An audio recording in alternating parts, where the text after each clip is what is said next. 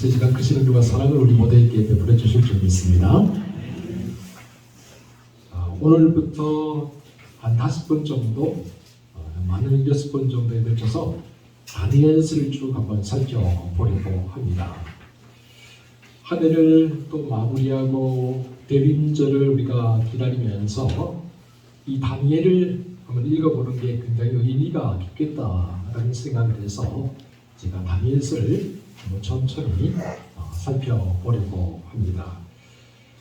될 수 있으면 우리 성도들께서도 집에 가셔서 설교만 듣는 게 아니라 다니엘서를 오늘 들은 말씀을 다시 한번 읽어보고 또 미리 한번 다 읽어보고 그렇게 하면 좋겠다 생각을 해봅니다. 그래서 다니엘서를 통해서 우리에게 들려주시는 하나님의 놀라운 은혜를 우리가 체험할 수 있는 그런 시간을 가지시기를 바랍니다. 다니엘이라는 이름은 히브리어죠. 히브리어로 다니엘은 하나님은 나의 심판이라는 그런 뜻을 가지고 있습니다. 이름에서 느껴지듯이 하나님의 심판, 이 다니엘을 통해서 다니엘 시대에 이루어졌다라는 것을 우리가 깨닫게 되죠. 이 다니엘은 매우 유서 깊은 이름 중에 하나입니다. 우리가 사용하는 이름 중에서 아브라함이죠. 이 아브라함이라는 이름은 중동 지방의 이슬람 지역 사람들도 아브라함이라는 이름을 쓰고요. 뿐만 아니라 또 서구나 미국에서도 아브라함이라는 이름을 많이 사용을 하죠. 다니엘이라는 이름도 역시 마찬가지로 굉장히 많이 사용하는 이름 중에 하나입니다. 영어로 데니엘, 또 데니, 전부 다 다니엘에서 파생된 이름이다라고 할 수가 있죠. 그래서 2006년인가요? 미국에서 이름 순위를 쭉 조사했는데 많이 사용되는 이름 중에 다니엘이 6위에 손꼽혔다고 합니다. 그 영국에서는 9위에 손꼽혔다고 합니다. 그만큼 다니엘이라는 이름을 많이 사용하고 있다라는 것을 알 수가 있죠. 그리고 아랍 계통에서도 특별히 이란 계통의 사람들이 다니엘을 선지자, 위대한 선지자로 보거든요. 왜냐하면 페르시아 시대에 국무총리를 지낸 사람이었기 때문에 이란에 대해서도 굉장히 유명한 사람입니다. 그래서 이란 계통의 사람들, 혹시 시아파라고 들어보셨는지, 이 시아파에서는 다니엘이라고 해서 다니엘의 이름을 사용하고 있다라고 하죠. 전통적으로 이 다니엘서가 언제 기록되었느냐? 예루살렘 성이 함락되었던 주전 586년 전후, 그래서 주전 6세기 혹은 5세기 사이에 이 다니엘서가 기록되었다라고 전통적으로 성경학자들이 이야기합니다. 그러나 오늘날 현대 성경학자들 중에서는 이 다니엘이 그때가 아니라 시간이 한참 지나서 한 주전 2세기경에 셀류커스 왕조 때 안티오코스 4세가 유대인들을 상당히 핍박을 많이 했거든요. 그때 정말 유대인들이 못 살 정도로 그렇게 핍박을 했는데, 그때 한 유대인들이 이렇게 우리가 살면 신앙을 다 잃어버리겠다 해서 저 위대한 다니엘의 이야기를 통해서 우리의 신앙을 다시 한번 더 회복해보자 라는 그런 마음으로 다니엘서를 기록했다라고 그렇게 주장하는 분들도 있습니다. 다니엘서는 크게 두 부분으로 나눌 수가 있습니다. 먼저 첫 번째 부분은 전반부는 1장에서 6장까지이죠. 1장에서 6장까지 내용을 쭉 살펴보면 다니엘의 놀라운 지혜에 대해서 나오고, 또 다니엘이 꿈을 해석하는 장면들이 나오고요. 또 다니엘의 세 친구가 풀무불에 던져지는 그런 이야기도 나오죠. 뿐만 아니라 또 다니엘이 벨드사산 벽에 쓰인 글씨를 해석하는 그런 장면도 나오고, 또 페르시아의 국무총리가 되는 그런 장면들이 쭉 나옵니다. 그래서 1장에서 6장까지는 우리가 잘 아는 다니엘의 스토리가 쭉 나오고요. 7장부터 12장까지의 내용을 보면 다니엘이 하나님으로부터 받았던 환상과 계시의 말씀에 대한 기록이 나옵니다. 굉장히 어렵죠. 그런데 이 다니엘서에서부터 유대교의 묵시 문학이라는 것이 시작되었다는 것을 우리가 기억할 필요가 있습니다. 묵시 문학이 환상과 이상들을 통해서 비유적이고 상징적인 표현들을 사용해서 백성들에게 메시지를 전하는 그런 문학이거든요. 그래서 다니엘에서부터 시작된 이 묵시 문학이 구약의 에스겔로 이어지고 에스겔로 이어졌던 이 묵시 문학이 신약의 요한계시록까지 이어지는 그 장면을 우리가 확인해 볼 수가 있는데 그 원류가 어디냐? 바로 이 다니엘이라고 할 수가 있습니다. 이제 우리 본문 말씀을 좀 더 구체적으로 한번 살펴보도록 할까요? 우리 본문 1절 말씀 같이 한번 읽어보도록 하겠습니다. 시작! 유다왕 여호야김이 다스린 지 3년이 되던 해에 바벨론 왕 느부갓네살이 예루살렘에 이르러 성을 에워쌌더니 지금 다니엘의 배경이 되는 역사적인 시대가 언제인가?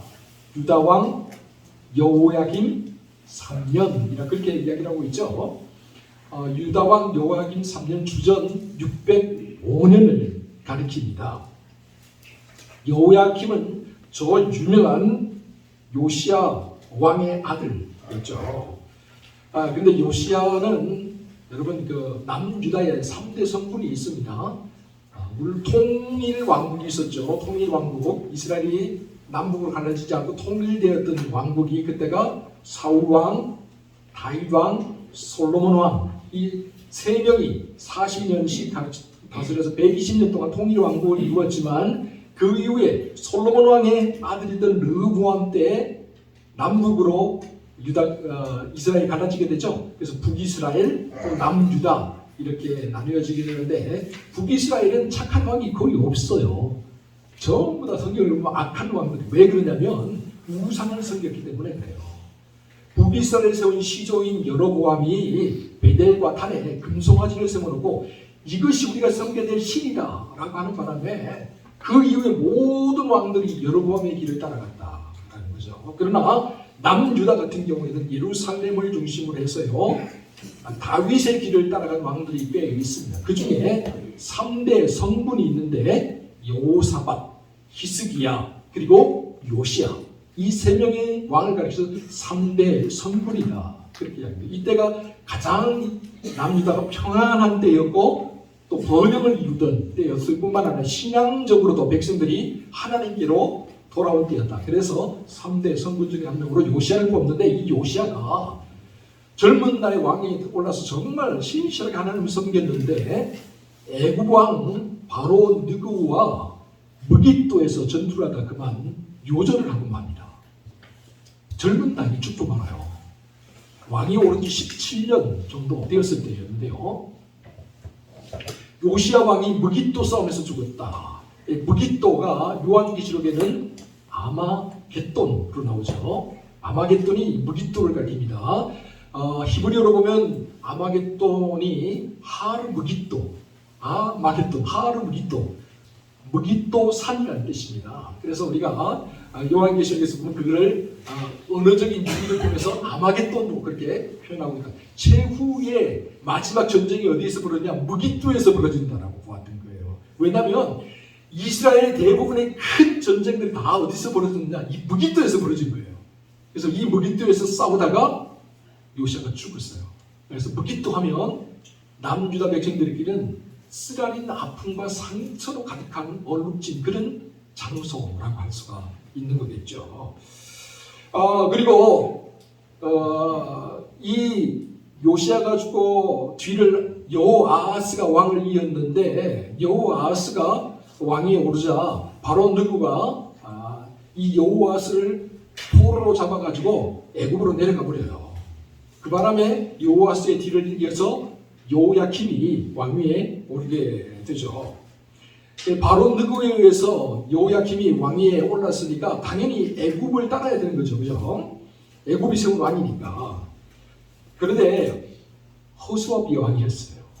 애굽이 지령을 내면 무조건 따르는 허수아비 왕에 불과했어요. 이 남유다 백성들의 자존심이 땅에 떨어져 있었죠. 그런데 이 바로 느구가 바벨론과 전쟁을 하다가 바벨론에 지고 말아요. 그러면서 문제가 생겼죠. 이 남은 유다가 누구를 따라야 하느냐고요. 이제까지는 여호야김도 왕으로 세운 사람이 애굽이었고, 이제까지 애굽의 지시를 받았는데 애굽이 바벨론과 싸우다 져버렸으니 새로운 강자인 바벨론이 당연히 남유다 너희들 우리 따라 그럴 거 아니에요. 따라야 되는데 애굽의 눈치를 안 볼 수가 없죠. 옛주인 애굽의 눈치를 보자니 바벨론을 따를 수도 없고, 새 주인 강자도 또 온 바벨론의 눈치를 보니 또 애굽을 또 따를 수도 없고, 양자택일 가운데서 이러지도 못하고 저러지도 못하는 가운데 있던 사람이 여호야김인데, 그래도 누군가를 따라야 되잖아요. 그죠? 근데 안타깝게도 여호야김이 나를 세운 애굽을 따라가자라고 그렇게 친애굽 정책을 쓰다가 이 바벨론의 침공을 받게 됩니다. 그때가 주전 605년이었어요. 그래서 바벨론이 쳐들어와서 남유다의 모든 성읍들을 초토화시켜버리고 예루살렘을 딱 그냥 봉쇄해버렸죠. 그러니까 백기투항을 하게 됩니다. 여호야김은 죽게 되죠. 백기투항을 하면서 다 빼앗기는 거죠. 다 빼앗겼어요. 이런 역사적인 배경 하에서 지금 다니엘이 시작하고 있다. 여호야김 3년. 그때 다니엘이 바벨론의 포로로 잡혀가는 거였어요. 605년에 제1차 바벨론 침공 때 바벨론이 포로로 잡아가게 사람들이 이제 다 싸고요. 바벨론 포로를 잡아가는데 예루살렘에 있는 진귀한 보석들을 다 빼앗아가고요. 전쟁 이제 그 노략물이겠죠. 그리고 사람들을 잡아갑니다. 사람들 중에서도 왕족, 귀족들을 잡아가게 된다라는 것이죠. 사랑하는 성도 여러분, 다니엘서 1장 1절을 읽으면서 참 안타깝게 느껴지는 건 뭐냐면, 나라가 힘이 없으면 정말 불경을 당하는구나. 나라가 힘이 없으니까요, 애굽의 눈치만 보잖아요. 나라가 힘이 없으니까요, 바벨론의 눈치만 보잖아요. 양쪽 사이에서 왕도 이러지도 못하고 저러지도 못하고, 신하들도 이러지도 못하고 저러지도 못하고, 그러다가 두 편을 짝 갈라져서 애굽을 설계해야 됩니다. 바벨론을 설계하니 그냥 나라가 싸우기만 하고, 나라가 힘이 없으면 그런 일들이 벌어지게. 그러다가 어떻게 됩니까? 결국에는 굴욕적으로 바벨론에, 우리 또 삼전도 치욕이라는 게 있잖아요. 그죠? 병적을 할 때. 그 나라에, 그죠? 머리를 좋아하면서, 그죠? 3번이나 임금이, 그 삼전도 굴욕을 당했는데, 마찬가지로 지금 남유다가 그런 굴욕을 당하게 됩니다. 여러분, 나라가 힘이 없으면요, 백성들은 아무 잘못이 없어서 죄 없는 백성이 돼요. 나라가 국민을 지켜주지 못하니까 각자 도생할 수밖에 없는데, 여러분, 한 사람의 힘이 뭐 그리 대단하겠습니까? 거대한 역사의 효력이 바람 앞에 마치 등불과 같은 거예요. 언제든지 꺼져버릴 수 있는 게, 사라져버릴 수 있는 게 개인의 힘이거든요. 그러므로 나라에 힘이 있어야 됩니다. 주변에 흔들리지 않을 만큼 힘이 좀 있어야 돼요. 그러기 위해서는 여러분 기억하세요. 우리가 제대로 된 정치 지도자를 뽑아야 돼요. 나라가 한번 세우는 건 힘들지만 한번 무너지는 건 순식간이에요. 나라의 국격이라는 게 G7까지 올라갔다가 여러분 알아주지도 않는, G7에서 초대도 못 받는 그런 데는 순식간에 이루어지는 거예요. 뿐만 아니라 여러분, 우리 국민들이 깨어서 기도해야 됩니다. 여러분, 이 나라는 힘으로만 지켜지는 나라가 아니에요. 중국의 힘으로 대항할 수 있습니까? 러시아의 우리가 힘으로 대항할 수 있습니까? 미국의 힘으로 대항할 수 있습니까? 심지어 여러분, 일본의 우리가 힘으로 대항할 수 있겠습니까? 우리가 쪽발이들이라고 이야기하고, 외놈들이라고 이야기하고, 뗀놈들이라고 이야기하고, 양키라고 이야기를 하지만 정작 그 누가 붙으면 우리가 이길 수 있습니까? 못 이겨요. 힘이 없잖아요. 여러분, 이 나라와 이 민족을 지켜줄 수 있는 힘은 하나님밖에 없어요. 근데 우리 민족이, 우리 특별히 믿는 성도들이 깨어서 기도해야 될 때입니다. 나라에 힘이 없으니까 여호야김 왕 때 온갖 굴욕을 다 당하는 거죠. 자, 굴욕을 당하는 모습들을 이제 2절부터 상세하게 기록을 해요. 우리 한번 2절 같이 한번 읽어보도록 하겠습니다. 시작.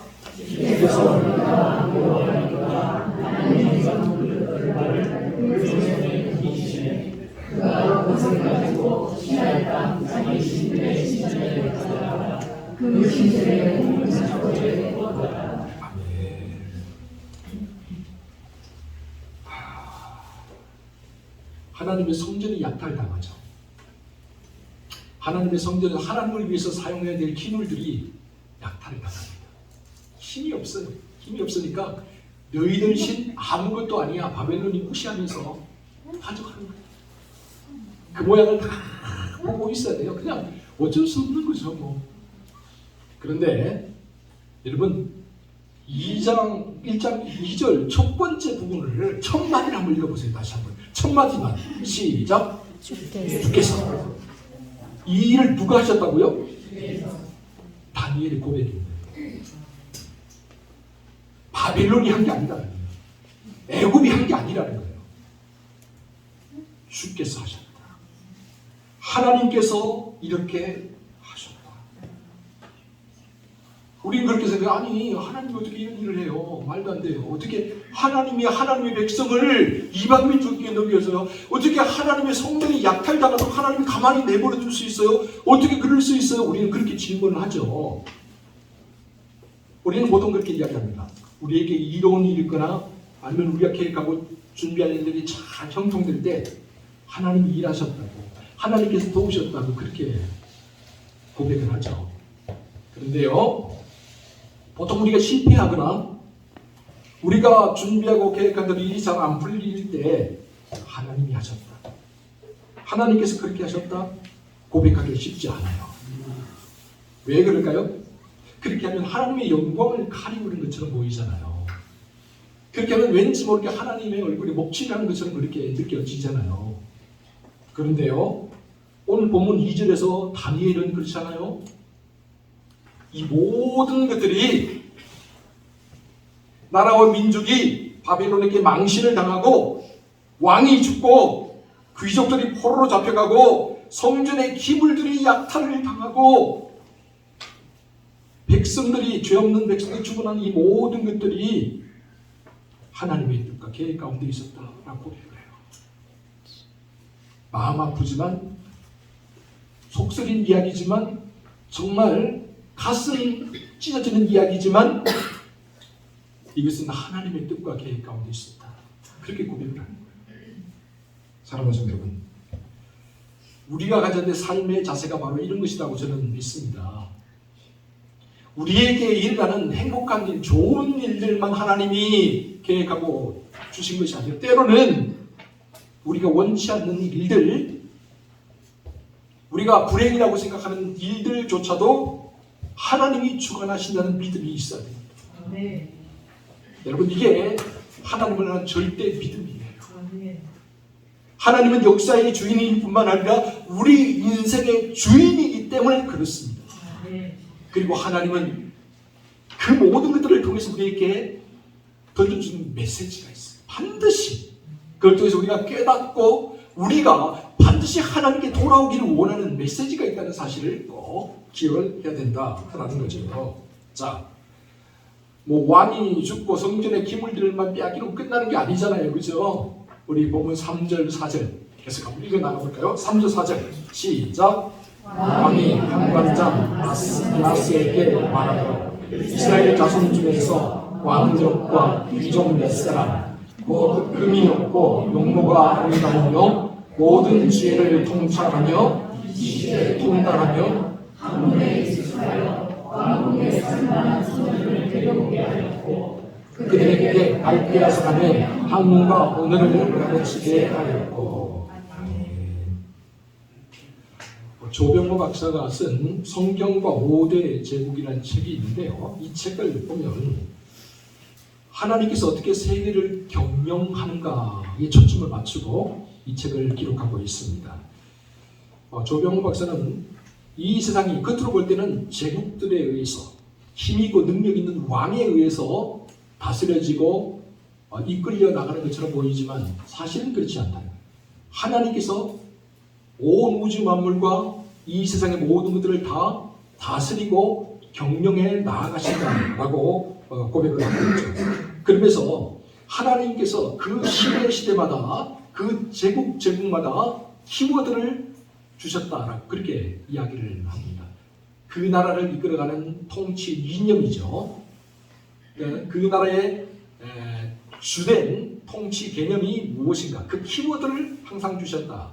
아수르, 성경에 첫 나오는 제국이 아수르죠. 아수르 같은 경우에는 이주정책, 혼혈정책을 통해서 아수르가 제국을 다스리려고 했다라는 거죠. 그래서 탄생한 게 북이스라엘 멸망시 있고 난 다음에 사마리아인이라는 것이 탄생하게 된다. 지난 시간에 제가 말씀을 자세하게 드렸는데요. 사마리아인이 그래서 이주 정책과 혼혈 정책을 통해서 이루어지게 돼. 그러다 보니까 잔인하죠. 자기에게 반란을 일으키지 못하고 봉기를 일으키지 못하기 위해서 민족을 잡아다가 다른 데 확 심어놓고 다른 민족을 잡아다가 심어놓고 무조건 그게 얼마나 잔인합니까? 아수르 민족은 좀 잔인한 민족이에요. 이 잔인한 민족은 오래가지 못하잖아요. 결국 바벨론에 의해서 멸망을 당하게 됩니다. 바벨론은 아수르를 보면서 배웠거든요. 이 잔인한 정책 가지고는 절대 제국이 오래가지 못한다라는 것을 배웠어요. 그래서 바벨론은 통치 이념을 뭘로 잡았냐면 교육으로 잡았습니다. 인질 교육이라고 하죠. 인질 교육을 통해서 전 세계 자기들이 점령한 모든 나라를 바벨론화 시키자라고 그렇게 이야기를 했어요. 그래서 오늘 본문 3절 4절 보면 누굴 잡아갑니까? 이스라엘 자손 중에서 왕족과 귀족 몇 사람을 잡아간다. 근데 왕족과 귀족들이라고 해서 다 잡아가는 게 아니에요. 그들 중에서도 특별히 선택하는 기준이 있는데 그 기준이 얼마나 까다로운지 한번 볼까요? 다시 한번 읽어봅니다. 왕족과 귀족 몇 사람, 그 다음부터 읽어봅니다. 시작. 흠이 없고 용모가 아름다우며 모든 지혜를 통찰하며 지식에 통달하며 학문에 익숙하여 왕궁에 설만한 소년을 데려오게 하였고 그들에게 어떻게 한다고요? 갈대아 사람의 학문과 언어를 가르치게 하였고. 와, 도대체 7가지, 8가지의 기준이에요. 이 기준에 왕족, 귀족이라고 해서 다 잡아가는 게 아니에요. 바벨론 사람들이 고르고 골라서 정말 남유다를 대표할 만한 사람, 왕이 되어도 부족함이 없는 사람, 그 사람들 중에 몇 사람만 잡아가는 거예요. 그 중에 한 사람이 누구다? 다니엘. 다니엘이 그냥 사람이 아니라는 거예요. 왕이 되어도 부족함이 없는 그 정도의 모든 기준을 바벨론 사람들이 볼 때에도 그 정도의 기준을 통과한 사람이 바로 다니엘, 그리고 그 세 친구다라는 사실을 우리가 기억할 필요가 있다라는 거죠. 그래서 다니엘과 세 친구를 잡아다가 국비장학생으로 잡아가요. 3년 동안 다 내줍니다. 먹을 거, 입을 거, 살 수 있는 것 가장 최고의 대우를 해가지고 바벨론화 교육을 시킵니다. 그래서 어떻게 해요? 이 사람들이 교육을 잘 시키고 난 다음에 이 다니엘과 세 친구를 다시 남유다로 돌려보내서 어떻게 해요? 다스리게 해요. 바벨론이 얼마나 위대한 제국이 너희들이 봤지? 함부로 까불지 마. 대들지 마. 절대 봉기하지 마. 바벨론이 시키면 시키는 대로 복종하면서 살아야 돼. 이게 식민지 교육입니다. 식민지 교육을 바벨론이 시켰다라는 것이죠. 사랑하는 성도 여러분, 우리나라가 일제 식민지 시대를 경험했지 않습니까? 일제 식민지 시대에 일본이 우리나라 교육을 하면서 내세운 슬로건이 뭔지 아십니까? 황국신민화예요. 황국신민화는 게 뭡니까? 일본이 세계에서 가장 뛰어난 민족인데 우리나라는 좀 덜 떨어진 2등 민족이거든요. 그렇기 때문에 2등 민족을 어떻게 가르쳐서 어떻게 해야 된다고요? 일본과 똑같이 안 돼요. 비슷한 수준에 올리기 위해서 너희들을 가르쳐준다. 그게 황국신민화의 가장 기본적인 개념이에요. 여러분, 그래서 일본식으로 교육을 받아야 되고 일본식으로 모든 행동을 해야 되고 살아가는 모든 전통과 문화를 우리 거는 덜 떨어지게 다 버려야 돼요. 다 폐기처분해야 돼요. 그리고 일본식으로 다 이식을 시키려고 했던 거죠. 이를 위해서 여러분 우리가 잘 모르는 사실이지만 사실 일본이요 왕족들, 귀족들 그리고 고위층의 계층들, 지식인들 똑똑한 사람들 다 데려가다가 일본에서 교육을 하겠습니다. 동경 제국대학교를 나온 친구들이 대부분 우리 해방되고 난 다음에 그 사람들이 다 우리나라를 잡고 있었어요. 일본 식민 생활에 찌들었던 사람들이 우리 해방되고 난 다음에도 광복이 되고 난 다음에도 우리나라를 다 잡고 있었던 거예요. 그 식민지 잔재가 지금까지 쭉 이어질 수밖에 없는 이유가 뭐냐?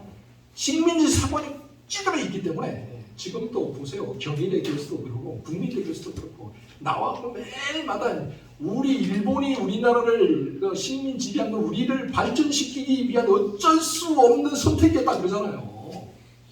왜요? 식민지 사관이 찌르고 있기 때문에 그게 가능한 거예요.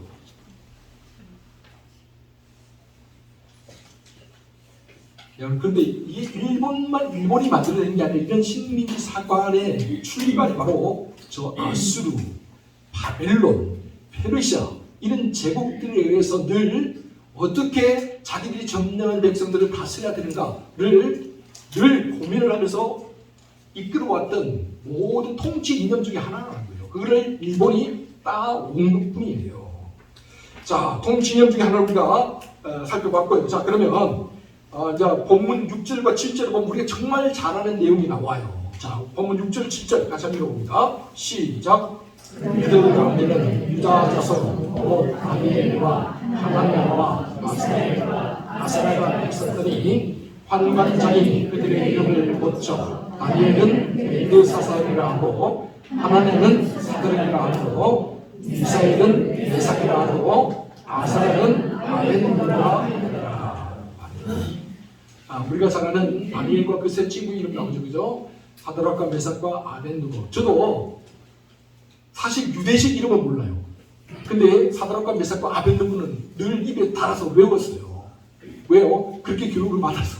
근데 이게 식민지의 이름이에요.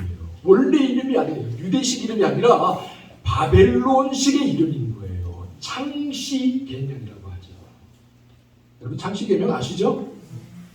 일본이 우리나라를 점령하고 난 다음에 우리나라의 이름을 쓰지 못하도록, 그죠? 창시를 하고, 근데 이름의 그 앞에 성을 다 바꿔버린 거예요, 그죠? 원래는 우리나라 이름이 두 자, 세 자인데 보통 네 자 이렇게 만들어요. 앞에 자기들 싣고 한자로 두 자를 더 넣은 거죠. 그런 식으로 하고 이름도 우리 정말 죄송하지만 우리도 일본식 이름이 아직도 남아있죠, 그죠? 사실 명자, 숙자, 말자 이런 사자가 들어가는 이름은 사실 안을 자잖아요, 그죠? 그게 원래 일본식 이름입니다. 그죠? 아사코 아시죠? 네. 원래 그런 이름이에요. 거기 이제 자자가 우리 어머님도 순자였잖아요, 그죠? 그래서 제가 잘 압니다. 순자 우리 어머니도 그렇게 이름을 바꿔서 그렇게 된 거거든요. 이 일본식 장제 이름이 그대로 우리 아직까지 남아 있다라는 것을 우리가 볼 수 있는데 이스라엘이 똑같은 거예요.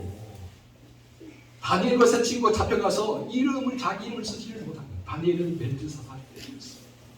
세 친구는 사드락과 메삭과 아벤느고가 되었어요. 여러분 이름만 빼앗겼겠습니까? 역사도 빼앗기는 거잖아요. 우리나라의 온전한 역사 일제시대를 거치면서 우리가 잘 모릅니다. 왜요? 역사서란 역사는 다 태워버리고 다 가져가 버렸어요. 없어요, 우리나라에. 제대로 된 역사서가 없어요. 역사만 바뀌는 게 아니에요. 문화도 전통도 다 바뀌어버려요. 온갖 진귀한 보물 보석들 다 가져갔잖아요. 하다못해 돌멩이까지 다 떼어갔잖아요, 일본이. 여러분 대형 박물관, 루브르 박물관 그리고 독일의 유명한 박물관들 가보세요. 자기 나라 걸로 도배한 게 없어요. 다 식민지에서 다 17세기부터 시작된 식민지에서 다 갖다가 자기 나라 것처럼 다 갖다 붙여놓고 지금 박물관이라고 그러고 있잖아요. 그게 식민지의 역사예요. 우리나라의 모든 진귀한 보석들 다 일본에 가 있어요. 일본이 안 내놔요. 공개를 하지 않아요. 절대. 왜요? 이게 공개를 하는 순간 이게 역사적인 문제, 정치적인 문제가 되어버리잖아요. 공개하지 않아요. 그게 식민지 백성의 서름입니다. 식민지 백성의 서름이 그대로 묻어나고 있는 거죠. 다니엘서를 통해서 우리가 알게 되는 그 첫 번째 장면이 바로 식민지 백성의 서름이다. 그런데 여러분 기억하세요? 이 모든 일들을 누가 하셨다고요? 하나님. 이게 다니엘의 고백이에요. 슬프죠? 성읍이 다 부서졌습니다. 예루살렘 성이 나중에 다 부서졌습니다. 하나님의 성전도 바벨론에서 다 내려앉았습니다. 수많은 백성들이 다 산적을 당했습니다. 그리고 살아남은 사람들은 다 포로로 잡혀서 바벨론에 왔습니다. 그런데 이 모든 것들을 하나님이 하셨다라고 합니다. 하나님이 하셨어. 그 이유를 처음에는 잘 모르겠어. 너무 슬퍼, 너무 아파, 너무 괴로워. 그런데 분명한 것은 역사의 주인은 하나님이시고 우리 인생의 주인도 하나님이라는 게 틀림없다면 이 모든 일을 하나님이 하셨어. 왜 하셨을까? 우리가 오늘부터 질문해야 돼. 그리고 그 답을 찾아가야 돼. 그리고 그 답에 응답해야 돼. 그렇지 않으면 우리에게 소망이 없어. 이게 다니엘의 고백이에요. 여러분, 그러고 보면요, 결국 세계의 경영권이 하나님에게 있다라고 다니엘이 고백하고 있습니다. 전능하신 하나님께서 온 세상, 온 우주 만물, 온 역사를 다스리고 계시다라고 지금 다니엘이 고백하고 있다라는 사실이죠. 다니엘은 어린 나이에 아수르 제국이 멸망당한 것을 보았습니다. 그리고 청소년기에는 바벨론 제국의 포로로 끌려갔습니다. 그러다가 바벨론 제국이 70년 만에 멸망당하는 바벨론 제국의 흥망성쇠를 온몸으로 다 경험했습니다.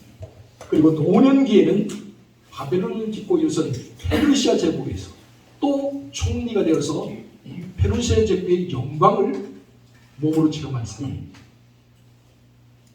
그러니까 한 사람으로서 아수르 제국, 바벨론 제국, 페르시아 제국의 변동을 온몸으로 체험했던 참으로 특별한 사람이었고 참으로 위대한 사람이었던 것이죠. 이 위대한 사람이 고백합니다. 세계의 모든 나라의 흥망성쇠는 하나님이 가지고 계시죠. 우리 인생의 주인도 하나님이셔. 그러니 이해가 되든 이해가 되지 않든 주께서 하셨습니다. 하나님께서 하셨습니다라는 고백이 필요해요. 이제 우리는 이처럼 위대한 다니엘과 함께 여행을 떠나게 됩니다. 그가 왜 이렇게 위대한 하나님의 사람이 될 수 있었는지, 위대한 제국이 3번이나 바뀌는 과정 속에서도 그가 어떻게 제국의 정점에 서서 하나님의 사람으로 살아갈 수 있었는지, 이제 우리는 하나님의 사람 다니엘과 함께 묻고 또 하나님의 사람 다니엘과 함께 아파하면서 이 다니엘과 함께 비전과 꿈을 꾸게 될 것입니다. 다니엘과 함께하는 이 여정을 통해서 하나님께서 부어주신 놀라운 은혜를 맛볼 수 있기를 바랍니다. 또 우리의 신앙에 놀라운 부흥과 비전이 생겨날 수 있기를 바랍니다. 뿐만 아니라 우리 양동교회가 새롭게 되는 역사가 임하기를 주의 이름으로 축원합니다. 기도하겠습니다. 사랑하는 주님, 다니엘처럼 살기를 원합니다. 다니엘처럼 하나님의 사람으로 살기를 원합니다. 다니엘처럼 모든 것에 하나님의 절대 주권을 인정하고 하나님의 꿈과 비전을 가슴에 품으며 하나님의 세계 경영을 마음껏 펼쳐 나가기를 원합니다. 사랑하는 주님, 우리 양동교회 성도들이 참으로 다니엘처럼 살게 하여 주시고 우리 양동교회가 참으로 다니엘과 같은 사람으로 많아지는 교회가 될 수 있도록 인도하여 주시옵소서. 그래서 하나님의 뜻을 이루게 하여 주시고 하나님의 영광을 온 세계 만방에 선포하는 교회 되게 하여 주옵소서. 이 모든 말씀을 우리 구주 예수 그리스도의 이름으로 기도하옵나이다.